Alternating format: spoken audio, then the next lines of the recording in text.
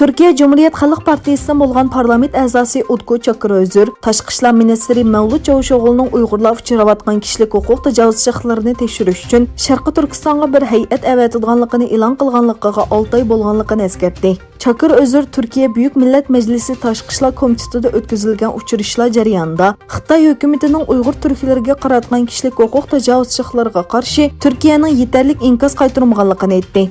O Türkiye'nin Uyg'urlar uchrayotgan kishilik huquq tajovuzchiliklari haqida doklad tayyorlab dunyoga e'lon qilishi lozimligini ta'kidladi. U yana Majlis Tashqi ishlar komitetiga ma'lum bergan muavin tashqi ishlar ministri Yavuz Selim Karanning Beyjingning ma'lum rayoniga kirishga ruxsat qilinmaganligi uchun hay'atning ziyoratini ilib borolmaganligini aytganligini bildirdi.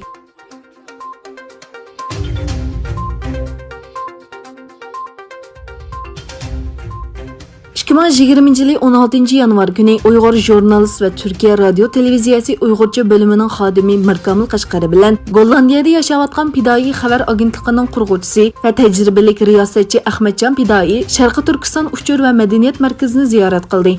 Mehmonlar Sharqiy Turkiston uchur va madaniyat markazining yillardan buyon qilgan xizmatlariga yuqori baho berdi va rais Abdujalil Qarqash apandining hamkorligida hozirgacha ilib berilgan sistemli xizmatlar natijasida qo'lga keltirilgan arxivlar va ma'lumotlarni ko'zdan kechirdi. Arqadan Sharqiy Turkiston da'vosi duch kelgan masalalar va hal qilish usullari haqida muzokara ilib berildi. Mirkamil apandi so'z qilib, birlik va ittifoqlikning faqat bir yerga to'planish bilan emas, balki o'xshash bo'lmagan jamiyat va turli usullar orqali o'xshash bir nishon uchun kurash qilish orqali qo'lga keladiganligini ta'kidlab, milliy kurashda aslida g'oyaning bir bo'lishining muhim ekanligini ta'kidladi.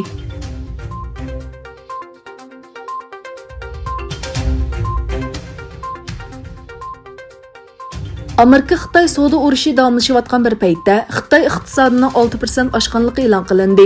Lekin Xitoy iqtisodining o'sishi 29 yildan buyongi eng to'van saviyaga tushdi.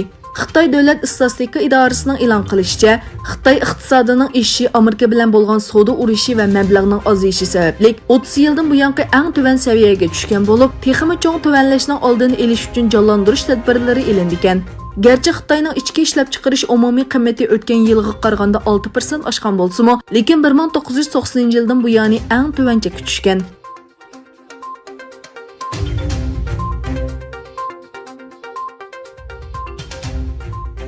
Xitoyda SARSga o'xshab ketadigan bir xil sirliq virus sababli ikkinchi bir kishi o'ldi. Bu xil virus Xitoyda o'ttirg'i chiqqandan keyin Yaponiyada mo bayqalgan bo'lib, juma kuni Tailandda mo bir kishida bayqalgan. Xitoyning Wuhan shahrida chorshanba kuni bu xil virus sababli 69 yoshli bir kishi hayotidan ayrilgan. Bu xil virusga bog'liq o'pka yollig'i hozirgacha 41 kishida ko'rilgan bo'lib, 12 kishi yaxshilangan, lekin 5 kishining ahvoli xatarlik. Bu xil virus dastlabda Wuhan shahridagi Beliq bozori va atrofida bayqalgan.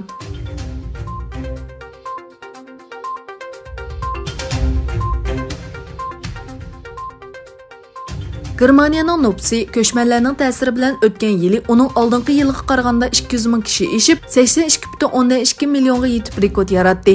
Germaniyaning Federatsiya istatistika idorasining ma'lumotlariga asoslanganda, bu yil nopus eshishda rekord yaratilgan bo'lsa-mu, lekin Germaniya nopsi bargan sir qiyirlashmoqda. 1972-yildan buyon tug'ilganlarga qaraganda o'lganlar soni ko'p bo'lmoqda. İgilinishicha, Germaniyada o'tgan yili 770 ming bilan 790 ming orasida bu vaqt tug'ilgan bo'lib, 920 mingdan 940 minggacha bo'lgan kishi vafot bo'lgan.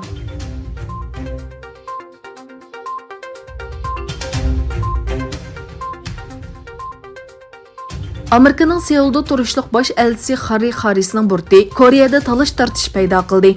Xalq bosh elchining burtining Koreya Yaponiyaning mustamlikasiga tushib qolgan davrni eslatadiganligini aytdi.